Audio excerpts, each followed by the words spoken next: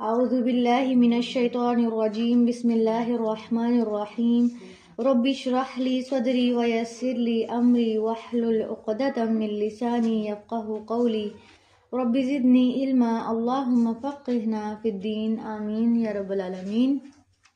جی کل ہم نے سورۃ البقرہ آیت نمبر 38 تک پڑھا تھا، اس کا تھوڑا سا ریکیپ کر لیتے ہیں، پھر انشاءاللہ آگے کنٹینیو کرتے ہیں۔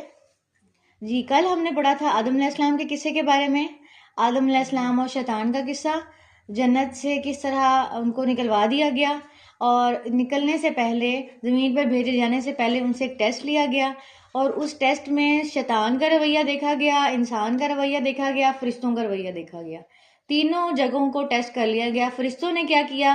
پورا تسلیم کر لیا اس حکم کو اور سجدہ کر دیا، ٹھیک ہے، جیسے اللہ نے کہا ویسے کر لیا۔ دوسرے نمبر پہ شیطان کا ٹیسٹ ہوا، شیطان نے کیا کہا؟ میں نہیں کروں گا، تکبر کیا، انکار کیا اور تکبر کیا۔ تیسرے نمبر پہ ٹیسٹ ہوا انسان کا، انسان سے کیا ہوئی؟ غلطی ہوئی، لیکن اس غلطی کے نتیجے میں اس نے کیا کیا؟ تکبر نہیں کیا، بلکہ اس نے معافی مانگ لی، آدم علیہ السلام نے اپنے رب سے توبہ کر لی۔ اب یہ ساری چیزیں ہم نے کل اس کو جو ہے اوور ویو کیا تھا اور پڑھا تھا کہ ہم نے کیسا رویہ رکھنا ہے بحیثیت انسان۔ ہم انسان جیسا رویہ رکھنا چاہتے ہیں جو ہمارے باپ آدم علیہ السلام نے رکھا، یا پھر ہم شیطان جیسا رویہ رکھنا چاہتے ہیں، یا پھر ہم فرشتوں کی طرح فل سبمیشن دینا چاہتے ہیں کہ ہم سے غلطی بھی نہ ہو اور ہم جیسے اللہ تعالیٰ کا حکم آئے ویسے اس کو مکمل کر لیں، ٹھیک ہے۔ تو اس کی موٹیویشن لے کے آگے چلتے ہیں کہ اللہ تعالیٰ نے کہا تھا کہ جو میری ہدایت کی پیروی کرے گا اس پر کوئی خوف اور کوئی غم نہیں ہوگا، لیکن جو ہدایت کی پیروی نہیں کرتے، جیسے کہ آگے ہے والذین کفروا وکذبوا بآیاتنا اولئک اصحاب النار، اور جنہوں نے کفر کیا اور جھٹلایا ہماری آیات کو تو یہی لوگ ہیں ساتھی آگ کے، ہم فیہا خالدون، وہ اس میں ہمیشہ رہنے والے ہیں۔ خالدون پہ پہلے بھی ہم نے بات کی ہے جب ہم جنت کے بارے میں پڑھ رہے تھے کہ جنت میں ہمیشہ ہمیشہ رہنا تو بڑی خوشی کا ذریعہ ہے کہ نعمتیں مل رہی ہیں، لیکن ہمیشہ ہمیشہ جہنم میں رہنا، کہ ایک انسان کہے کہ ایک منٹ بھی ہمیں اگر آگ برداشت نہیں ہوتی، تکلیف برداشت نہیں ہوتی، اور ہم بحیثیت بہت زیادہ سہولتوں میں آ کے اتنے زیادہ ہو گئے کہ ہم سے گرمی، سردی، شدت کسی بھی چیز کی برداشت نہیں ہو رہی ہوتی، تو آپ دیکھیں کہ ایک ہے کہ جہنم میں اپنے گناہ بھگت کے واپس نکل آنا، اور ایک ہے ہم فیہا خالدون۔ تو ہم فیہا خالدون کے پیچھے جو بات بتائی جا رہی ہے وہ کذبوا بآیاتنا، ہماری آیات کو جھٹلانا، یہ کوئی ایسا کام نہیں ہے کہ جو بخشانے والے کا قابل ہو کہ اللہ تعالیٰ اس کو بخش دے یا کہ اس کے لیے کوئی سفارش قبول کر لے، بلکہ ہم فیہا خالدون ہو جائے گا پھر اس کے لیے۔ تو اللہ کی آیات کو جھٹلانا نہیں ہے کسی بھی سینس میں، ٹھیک ہے۔ اگر آپ سے نہیں ہو رہا، مجھ سے نہیں ہو رہا، تو ہم یہ کہیں گے کہ مجھ سے نہیں ہو رہا، یہ نہیں کہیں گے کہ یہ اللہ کا حکم ہی نہیں ہے، اور ہم نہیں مانتے اس کو۔ نبی صلی اللہ علیہ وسلم کی وفات کے بعد کافی زیادہ مسلمان زکوٰۃ دینے سے انکاری ہو گئے تھے کہ ہم نماز تو پڑھیں گے پر زکوٰۃ نہیں دیں گے۔ حضرت ابو بکر صدیق اس وقت خلیفہ تھے، تو انہوں نے اس کے خلاف جہاد کیا کہ قرآن مجید میں حکم آیا ہے وَأَقِیمُوا الصَّلَاةَ وَآتُوا الزَّکَاةَ، جہاں جہاں پہ نماز کا حکم ہے وہاں وہاں زکوٰۃ کا حکم ہے، تو تم کیسے اس چیز سے انکار کر سکتے ہو کہ ہم نماز تو پڑھیں گے اور زکوٰۃ نہیں دیں گے، ٹھیک ہے۔ تو وَكَذَّبُوا بِآیاتِنَا میں آپ دیکھیں کہ ہم کہاں کہاں انکار کرتے ہیں کہ نہیں میرے پہ تو فرض ہی نہیں ہے اور میری تو بنتی ہی نہیں ہے، کس چیز سے بچنے کی کوشش کرنے کے لیے، یا بالکل جھٹلا دینا کہ زکوٰۃ تو کوئی چیز ہی نہیں ہوتی، یہ تو بس پیسے ٹھگنے کے بہانے ہیں اور ایسے۔ یہ اللہ تعالیٰ نے فرض کی ہے صاحب نصاب پہ، صاحب نصاب کے لیے اس کو ادا کرنا ضروری ہے، اور اگر وہ اس کو نہیں ادا کرتا ہے تو اس کا مال بگڑنا شروع ہو جاتا ہے، اس میں زوال آنا شروع ہو جاتا ہے، اور یہ زکوٰۃ کا ادا کر دینا اس کو نشوونما دیتا ہے، اس کو پاک کرتا ہے، اس کا حق اس میں سے نکل جاتا ہے جس غریب مسکین کا اللہ نے اس میں سے حق رکھا ہے، اور یہ بہت زیادہ بھی نہیں ہے، صرف وہ صرف پورے مال کا 2.5، 2.5%، 2.5، 10 روپے میں سے 2 روپے کچھ لگتے ہیں نہیں نا۔ اسی طرح اگر بہت زیادہ مال ہے، ہزاروں میں ہے، لاکھوں میں ہے، تو اس میں بھی آپ دیکھیں کہ کچھ ہزار کی اماؤنٹ نکلتی ہے، زیادہ سے زیادہ 8 سے 10 ہزار کی اماؤنٹ نکلے گی لاکھوں میں، تو وہ اس کی ویلیو تو نہیں ہے نا اس کے مقابلے میں. تو بجائے اس کے کہ وہ لالچ کرنا اور اس چیز کو کہ نہیں یہ تو میری فار ایگزامپل میں اگر اتنے 1000 دے دوں گا یہ تو میرے اتنے مہینے کا خرچہ پورا ہو جائے گا, یا میرا فلاں ضرورت پوری ہو جائے گی, یا میری گھر کی یہ گروسری آ جائے گی, یا میرے بچے کی فیس چلی جائے گی, تو آپ کس چیز کو کمپرومائز کر رہے ہیں؟ اصل منی میں سے نکالیں, جو اللہ کے راہ میں دینے والی چیز ہے اس کو اللہ کی راہ میں ہی دیں, ٹھیک ہے, جھٹلائیں نہیں. یا بنی اسرائیل, آگے بنی اسرائیل کا قصہ شروع ہوتا ہے. اور بنی اسرائیل کون تھے؟ بنی اسرائیل اسرائیل کی اولاد تھے. بنی کا مطلب ہے بیٹے, ٹھیک ہے, اور اسرائیل کون تھے؟ حضرت یعقوب علیہ السلام کا لقب تھا. حضرت یعقوب علیہ السلام کا لقب تھا. چلے حضرت یعقوب کون تھے, ذرا پیچھے چلے جاتے ہیں. جی کس کس کو پتا ہے کہ حضرت یعقوب کون تھے, کس کے بیٹے تھے؟ حضرت اسحاق کے. اور حضرت اسحاق کس کے بیٹے تھے؟ حضرت ابراہیم علیہ السلام کے. ابراہیم کو تو سب جانتے ہیں نا, ابراہیم پہ آگے سب متفق ہو جاتے ہیں, ٹھیک ہے. کیوں؟ کیونکہ ابراہیم علیہ السلام کی کیا سٹوری ہے کہ یہ 1 مین آرمی تھے. ان کے باپ بت پرست تھے, یہ ایسی جگہ پہ پیدا ہوئے جہاں پہ کوئی مسلمان نہیں تھا. اللہ نے ان کے دل میں روشنی ڈالی, انہوں نے کوشچن کرنا شروع کیے, ریزننگ کرنا شروع کی کہ یہ رب کیسے ہو سکتا ہے, یہ رب کیسے ہو سکتا ہے. سورج کو پوجتے تھے, چاند کو پوجتے تھے. پھر اللہ نے ان کے پاس فرشتہ بھیجا اور ان کے دل کو رہنمائی دی کہ نہیں میں تمہارا رب ہوں, اور ان کے پاس وحی بھیجی. تو ان کو اس سے تسلی ہوئی کہ ہاں یہ وہ رب ہو سکتا ہے جو کبھی ڈوبتا نہیں ہے, کبھی مرتا نہیں ہے, کبھی سوتا نہیں ہے, کبھی کسی چیز کا محتاج نہیں ہوتا, ٹھیک ہے.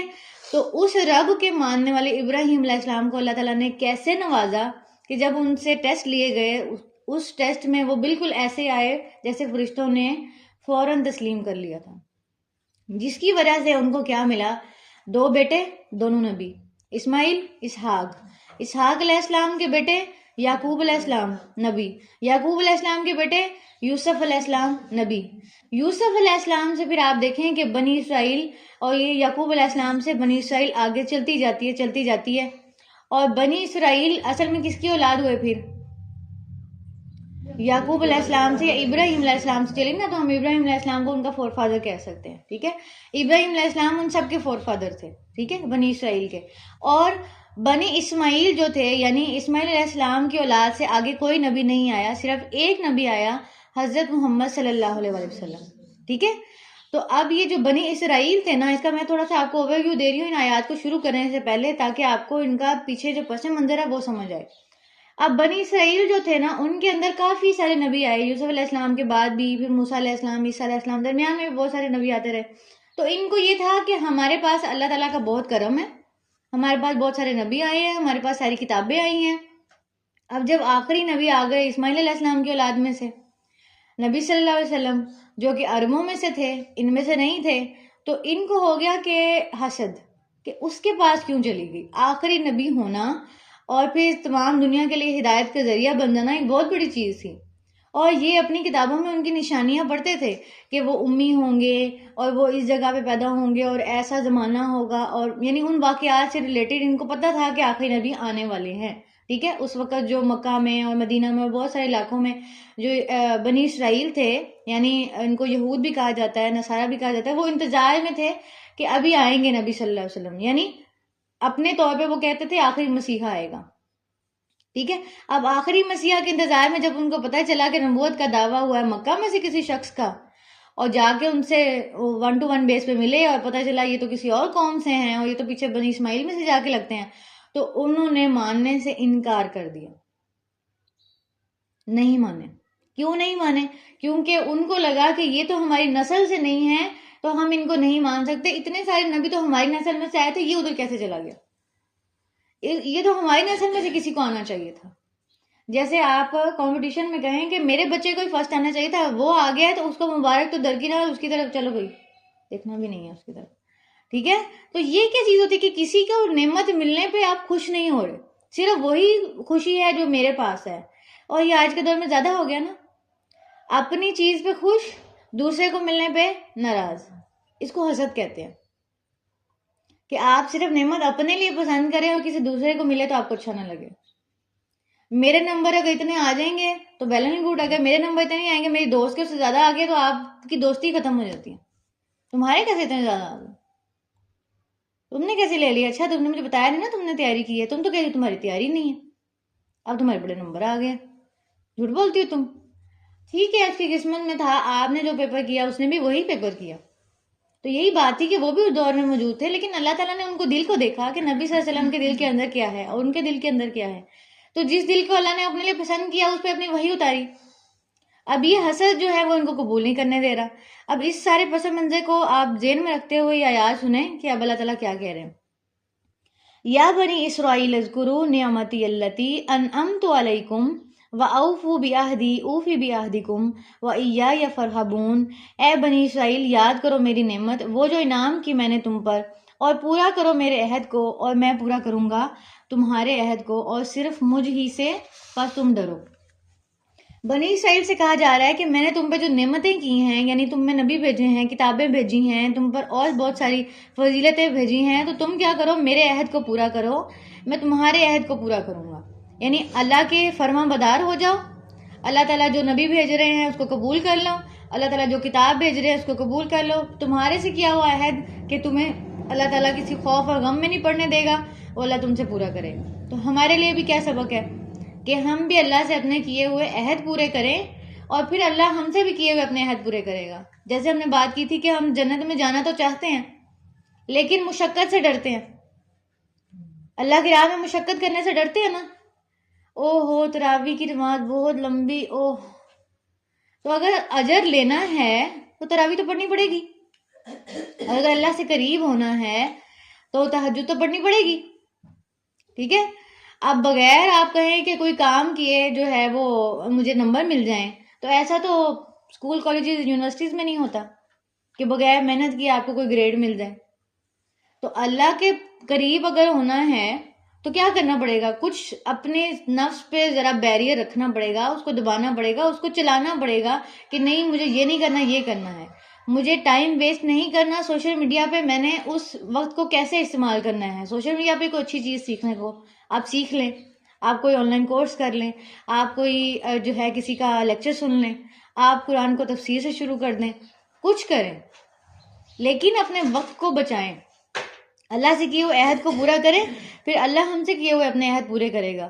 وَآمِنُوا بِمَا أَنزَلْتُ مُصَدِّقًا لِمَا مَعَكُمْ. اور ایمان لاؤ اس پر جو نازل کیا میں نے، تصدیق کرنے والا ہے اس کے لیے جو تمہارے پاس ہے. اور نہ تم ہو جاؤ وَلَا تَكُونُوا أَوَّلَ كَافِرٍ بِهِ. اور تم سب سے پہلا گروہ نہ ہو جاؤ انکار کرنے والا. وَلَا تَشْتَرُوا بِآيَاتِي ثَمَنًا قَلِيلًا. اور نہ تم لو میری آیات کے بدلے قیمت تھوڑی.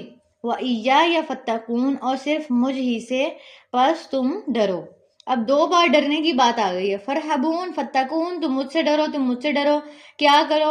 جو نبی کو کتاب دے کے بھیجی گئی ہے، تمہاری کتابوں کی تصدیق کرتی ہے، اس کو ایمان لے آؤ.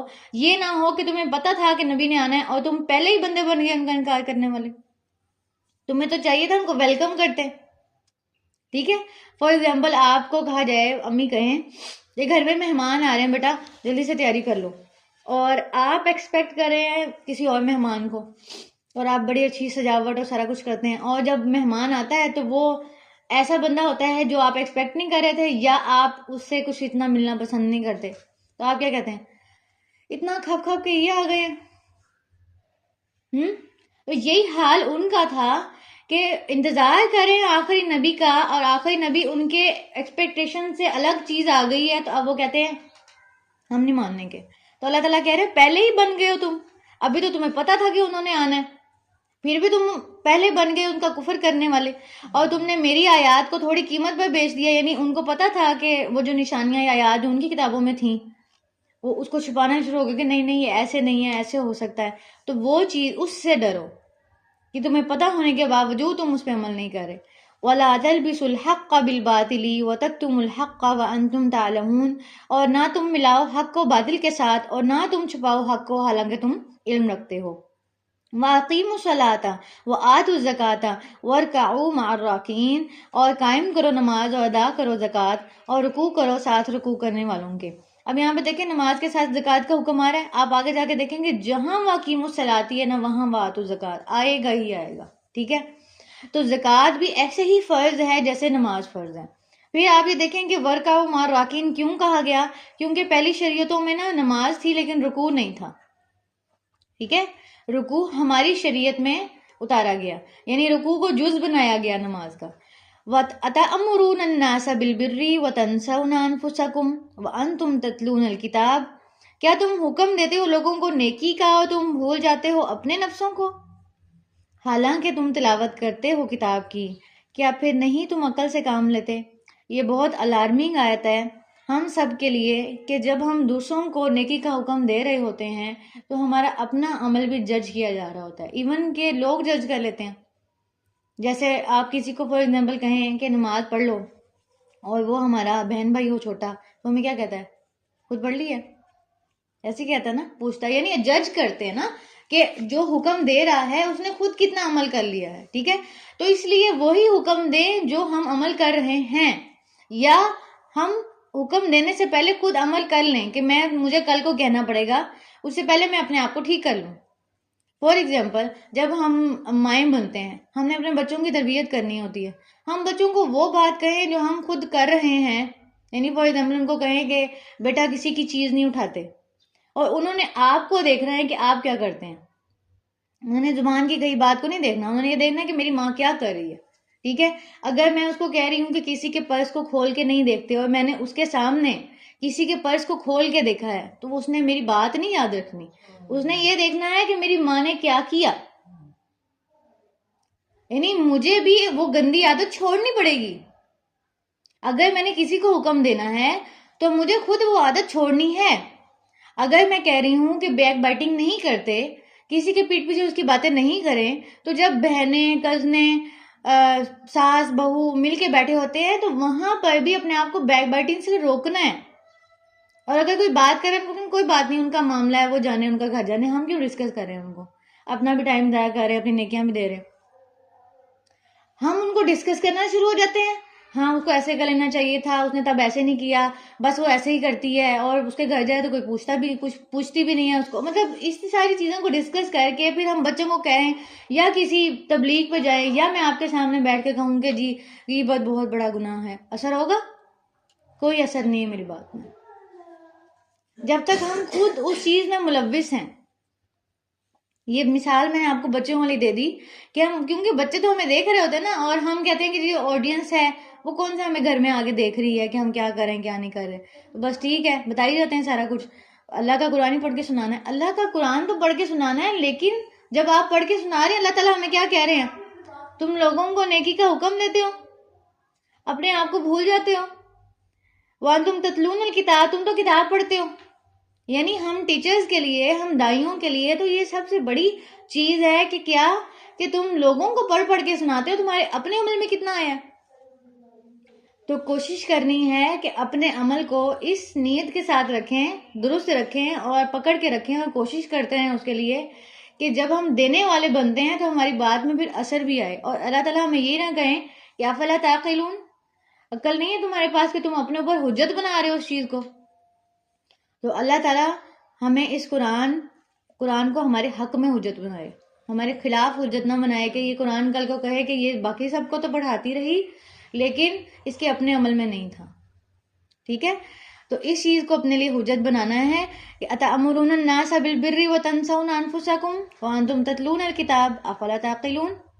اب یہ آپ اپنی اپنی جگہ پہ بھی لگا لیں، میں بھی اپنی اپنی جگہ پہ لگاتی ہوں کہ ہم کہاں کہاں لوگوں کو نیکی کا حکم دے رہے ہوتے ہیں، خود اس سے رک رہے ہوتے ہیں. ابھی میں نے آپ کو بیک بائٹنگ کی مثال دے دی. اس کے علاوہ آپ دیکھیں کہ جب بچیاں گھر سے باہر نکلتی ہیں، ہم ان کو کہتے ہیں دوپٹہ لے کے نکلو بیٹا، تو اسے آپ جوان ہو رہے ہو. اور جب ہم پہ آتا ہے شادی کا ٹائم، ہم کیسے نکل رہے ہوتے ہیں؟ وہی بچے ہمیں دیکھ رہے ہوتے ہیں کہ یہ کل تک ماما جو ہے مجھے دوپٹہ دے کے باہر بھیجی تھی، آج ماما نے لیٹیں ڈالی نہیں آگے اور ماما جا رہی ہیں شادی پہ. کیا وہ لیتے ہیں اس چیز سے؟ کیا ہے یہ؟ ایک رخ سے اور دوسرے رخ سے اور عام دنوں میں اور شادیوں پہ ہمارا رنگ ہی بدل جاتا ہے. کیوں ایسے ہوتا ہے؟ کیا شادیوں پہ اللہ وہ نہیں ہوتا؟ یا شادیوں پہ وہ اللہ تعالیٰ چھوٹ دے دیتے ہیں کہ اب سارے نامحرم تمہارے بال بھی دیکھ سکتے ہیں؟ ویسے ہم اب آیا گاؤن صاف کر کے باہر نکلتے ہیں، لیکن شادی ہال میں جاتے ہوئے ہم اس چیز کا دھیان ہی نہیں رکھتے کہ ہم کیا پہن کے جا رہے ہیں اور کیا بن کے جا رہے ہیں. پھر جب شادی ہال سے باہر نکلتے ہیں تو چادر لے لیتے ہیں. اندر نہیں تھے نامحرم، ویٹرز بھی تو تھے نا. چلے آپ کے اندر تو میرے بھائی تھے، کوئی کزن نہیں آیا، کوئی کچھ نہیں ہوا، ویٹرز تھے، کوئی نہ کوئی مینیجر آ رہا تھا جا رہا تھا، کوئی نہ کوئی مرد تھا. وہی مرد جب آپ کو باہر گلی میں ملتے ہیں تو آپ کسی کو اپنا چہرہ نہیں دکھانا پسند کرتے، اور وہی جب شادی کے اندر آ جاتے ہیں، اکثر بھائیوں کے دوست آئے ہوتے ہیں یا کیسی مکس گیدرنگ ہوتی ہے، وہاں پہ کیا صورتحال ہے. پھر ان بھائیوں کی عزت گوارا کر جاتی ہے کہ وہ اپنی بہنوں کو ان کے سامنے لے کے آئیں. ویسے تو وہ کہتے ہیں کہ باہر نکلی تم بغیر دوپٹے کے تو میری تو عزت ہے پورے محلے میں، کیا کہیں گے لوگ میری بہن. یعنی لوگوں کی فکر ہے. یہی پریورٹی کا چینج ہونا ہے. یہ جب اللہ پریورٹی ہوتے ہیں نا کہ اللہ تعالیٰ مجھے دیکھ رہے، میں یہاں ہوں، میں باہر ہوں، میں بازار میں ہوں، میں یونیورسٹی میں گئی ہوں پڑھنے کے لیے، میرا وہاں جا کے اگر گاؤن بایا اسکارف سب کچھ اتر گیا، اس کا مطلب ہے میرے لیے تو لوگ تھے پریورٹی، میں لوگوں کے لیے کر رہی تھی. اور جہاں مجھے میرے ماں باپ بہن بھائی دیکھ رہے تھے بس میں وہاں پہ کر لیتی ہوں، اور جہاں میں نہیں دیکھ رہے وہاں پہ اللہ تو دیکھ رہا ہے. اللہ تو ہر جگہ دیکھ رہا ہے. تو افلا تعقلون، کیا تم عقل سے کام نہیں لیتے کہ اللہ تعالیٰ تو ہر جگہ پہ دیکھ رہا ہے، تنہائی میں بھی اور سب کے سامنے بھی. اور ایک اور موٹیویشن دوں گی اس حدیث کے ذریعے، آیت نمبر 44 میں، کہ نبی صلی اللہ علیہ وسلم نے فرمایا کہ قیامت کے دن ایک شخص آئے گا اور اس کے پاس پہاڑ جتنی نیکیاں ہوں گی، اور اللہ کریم اس کی نیکیوں کو مٹی کے وہ جو ذرے ہوتے ہیں نا، جس کو کہہ لیں کہ آندھی چلتی ہے، ٹھیک ہے، تو اس آندھی کی طرح ان کو ہوا میں اڑا دے گا، اس کے پاس کوئی وزن نہیں بچے گا. اور اس کا گناہ کیا ہوگا کہ وہ تنہائی میں غلط کام کرتا تھا اور لوگوں کے سامنے غلط کام نہیں کرتا تھا. تنہائی میں گناہ کرتا تھا، خلوت کے گناہ، تنہائی کے گناہ. کیسے ہوتے ہیں تنہائی کے گناہ؟ پاسبل ہے آج کے دور میں؟ موبائل تنہائی میں موجود ہے، اور کوئی گناہ کا ذریعہ نہیں ہے، سب کچھ موجود ہے. چاہے تو آنکھوں کا گناہ کر لو، چاہے تو کانوں کا گناہ کر لو، چاہے تو زبان کا گناہ کر لو، جہاں سے مرضی گناہ کر لو، تمہارے پاس کھلا موقع ہے. لیکن یہ یاد رکھیں کہ جو نیکیاں کی ہوئی ہیں نا وہ اڑا دی جائیں گی ہوا میں. کیوں کہ ہم کیا کرتے تھے کہ سب کے سامنے اچھے بنتے تھے، اور جب تنہا ہوتے تھے، پیچھے بات ہو رہی نا منافق کی، کیا بات پڑھی تھی ہم نے؟ وَإِذَا خَلَوْا إِلَىٰ شَيَاطِينِهِمْ قَالُوا إِنَّا مَعَكُمْ. ایمان والوں کے ساتھ بیٹھتے تھے، کہتے تھے قَالُوا آمَنَّا. جب اکیلے ہوتے تھے تو کیا کہتے تھے کہ ہم تو تمہارے ساتھ ہیں. وہی شیطان والے کام کرتے تھے. شیطان جس طرح سے خوش ہوتا ہے اس کو خوش کرنے والے کام کرتے تھے. تو پھر آمنا بھی قبول نہیں کیا جائے گا. تو آپ دیکھیں کہ اتنی محنت سے جینوئنلی کی ہوئی نیکیاں ایک گناہ کی وجہ سے ساری اڑا دی جائیں ہوا میں، تو اس سے بہتر ہے کہ ہم اس چیز سے ڈریں کہ ہم تنہائی کے گناہوں سے بچیں، اور جب کسی کو نیکی کا حکم دیں تو خود بھی اس پہ عمل کریں. کم از کم عمل کرنے کی کوشش شروع کر دیں. ٹھیک ہے، اگر دوسرے کو جھوٹ سے روک رہے ہیں تو خود بھی جھوٹ سے رکیں کہ نہیں، میں نے بھی جھوٹ نہیں بولنا. میں نے کہا ہوا ہے اپنے بچوں کو یا کسی کو بھی کہا ہوا ہے کہ جھوٹ نہیں بولتے. تو پھر بچہ آپ کو دیکھتا ہے نا، وہ تو نہیں یہ دیکھتا کہ مجھے وربلی کیا کہا جا رہا ہے، وہ یہ دیکھتا ہے کہ پریکٹیکلی کیا ہو رہا ہے. ہم خود ان کو کہتے ہیں کہ موبائل کم یوز کرو، سوشل میڈیا اتنا نہیں دیکھتے، اور جب ہمارے ہاتھ میں موبائل وہ دیکھتا ہے تو وہ کتنے کتنے گھنٹے دیکھتے ہیں. کہ ہماری ماں لے کے بیٹھی ہوئی ہے، اور رات کو سونے سے پہلے میری ماں کتنی دیر موبائل پہ لگی رہی، اور میرا باپ کتنی دیر موبائل پہ لگا رہا، اور صبح اٹھتے ساتھ ہی سب سے پہلے کس کا چہرہ دیکھا؟ موبائل کا. تو پھر اس کا مطلب ہے کہ ہمیں اگر بچوں کو کہنا ہے کہ موبائل کم کرو تو ہمیں خود بھی موبائل کو کم کرنا، ہمیں خود بھی سوشل میڈیا پہ، یا تو پھر آپ یہ دیکھیں نا کہ آپ کے بچے آپ کو دیکھ رہے ہیں کہ آپ لیکچر سن رہی ہیں، پھر تو وہ کہیں گے ہاں جی میری اماں لیکچر سنتی ہیں، آپ کو کہنے کی ضرورت نہیں پڑے گی، وہ خود ہی لیکچر سننے لگ جائیں گے یا محفل میں آ کے بیٹھ جائیں گے یا جو بھی ہے. یہ ہم امپیکٹ ڈال رہے ہوتے ہیں. ٹھیک ہے، آگے چلتے ہیں. وَاسْتَعِينُوا بِالصَّبْرِ وَالصَّلَاةِ، اور مدد طلب کرو ساتھ صبر اور نماز کے. وَإِنَّهَا لَكَبِيرَةٌ إِلَّا عَلَى الْخَاشِعِينَ، اور بے شک یہ بڑی بھاری ہے مگر اوپر خشوع کرنے والوں کے، یعنی خشوع کرنے والوں کے اوپر جو ہے وہ بوجھ نہیں ہوتی نماز. جبکہ وَاسْتَعِينُوا بِالصَّبْرِ وَالصَّلَاةِ میں کیا کہا جا رہا ہے کہ جب بھی کوئی مشکل آئے تو اس ٹائم پہ کیا کرنا ہے؟ نماز کی طرف رجوع کرنا ہے اور صبر کرنا ہے. صبر کیا ہوتا ہے؟ صبر ایک تو یہ ہوتا ہے کہ آپ نے اپنے جذبات کو کنٹرول کر لیا، اور ایک صبر یہ ہوتا ہے کہ آپ نے مشکل وقت کے گزرنے کا انتظار کیا، یہ بھی صبر ہوتا ہے. فار ایگزامپل آپ کہیں میں نے تو بڑا صبر کیا، اتنے سال ہو گئے ہیں، اب میرا صبر جواب دے گیا. ٹھیک ہے، تو یہ صبر جو وہ کہتے ہیں نا رکھا تھا وہ ختم ہو گیا. مطلب وہ جو لیا تھا ایک چیز کو، آپ نے کہا تھا کہ جی میں نے صبر کیا ہے، تو اب آپ نے یہ کہا کہ اب میرا صبر جواب دے گیا ہے، مطلب کہ اب آپ اس سارے کو ضائع کرنے والے ہیں، یا نکال کے اپنے اندر سے بول کے. ٹھیک ہے، تو کرنا کیا ہے؟ نماز سے مدد لینی ہے. جب بھی کوئی پریشانی تکلیف آئے تو آپ 2 رکعت ویسے بھی حاجت کے نفل پڑھ لیں، یا نماز کا وقت ہے تو آپ اللہ تعالیٰ سے نماز پڑھ کے دعا مانگیں اس چیز کے لیے. اور صبر یہ ہے کہ مشکل وقت کے گزرنے کا انتظار کرے. اس کا ایک وقت ہوتا ہے، ایسے نہیں ہوتا کہ کوئی آزمائش یا مشکل شروع ہوئی ہے تو اس کے ختم ہونے کی کوئی جگہ ہی نہیں ہے.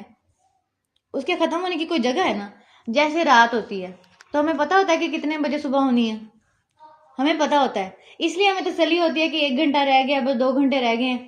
یعنی کبھی کسی کی فار ایگزامپل طبیعت خراب ہوئی ہو اور اس نے ڈاکٹر کے پاس جانا ہو تو کہتا ہے اس ٹائم تو ڈاکٹر بیٹھا نہیں ہوگا، صبح بیٹھے گا، صبح ہونے میں کتنے گھنٹے رہ گئے ہیں، کتنے گھنٹے، ہمیں پتہ ہوتا ہے. اس وجہ سے وہ ہمارے لیے صبر کرنا آسان ہو رہا ہوتا ہے. لیکن جب ہمیں پریکٹیکل لائف میں کوئی آزمائش آتی ہے تو ہمیں پتہ نہیں ہوتا کہ یہ کتنے سال یا کتنے مہینے یا کتنے گھنٹے یا کتنا عرصہ مجھ پہ یہ آزمائش رہنی ہے. اس وجہ سے ہمارے لیے صبر کرنا مشکل ہو رہا ہوتا ہے کہ کب اللہ تعالیٰ کب ختم ہونی ہے یہ. ٹھیک ہے، تو اس مشکل وقت کو انتظار کے ساتھ گزارنے کے ساتھ آپ کیا کر سکتے ہیں؟ آپ بار بار اس چیز کے لیے نوافل پڑھیں تاکہ اللہ تعالیٰ اس صبر میں مجھے استقامت دینا. اگر آپ نے مجھے یہ آزمائش ڈالی ہے اور میں اس میں صبر کروں اور نماز سے مدد لوں تو میں یہ دونوں کام کر رہی ہوں، مجھے اس آزمائش سے جلدی نکال دیں. ٹھیک ہے، اور ہمیں کیونکہ وقت نہیں پتا ہوتا اس وجہ سے ہم بے صبر ہو رہے ہوتے ہیں، جلد بازی کر رہے ہوتے ہیں کہ کب ختم ہوگی.